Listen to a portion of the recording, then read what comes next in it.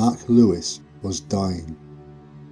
He was just 24 years old, but already his body had suffered more abuse than it could take. The relentless ingestion of narcotic substances to dull the mental and physical pain had poisoned his system beyond all hope of recovery. His breathing had slowed and he had long since lost consciousness. Within minutes his already faint life force would be spent, and the parasite would have to find a new host. The parasite was all too aware that it had caused this.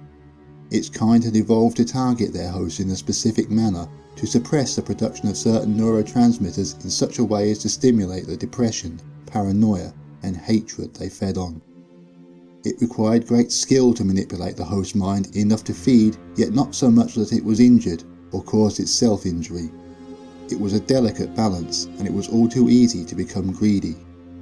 And that's exactly what the parasite had done. It had become greedy. It had pushed Mark Lewis's mind and body too far, much too quickly.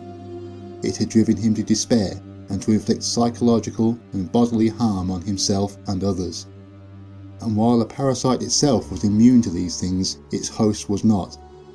It had finally driven him to death, all that potential for naught, leaving behind a devastated family, a devoted if foolish girlfriend, and an unborn child. The parasite felt no guilt. This was the nature of things, and the parasite knew better than to fight nature. Mark Lewis had stopped breathing, and the parasite prepared itself for his death. While it had become used to it, the act of leaving one's host and re-entering the outside world was always a difficult transition. It was worse if it had been with a host for longer. After an extended period of time living in tandem with another being, it was common to lose yourself within them, to actually come to believe that you are one and the same. But that was a goal, to be as one with the host, to work in tandem with it, to instigate and prolong its suffering in order to feed. As Mark Lewis's brain died, the parasite swore that next time it would pace itself. Next time it would be sure to truly savour its host. The end came within seconds, and the parasite knew it needed to leave.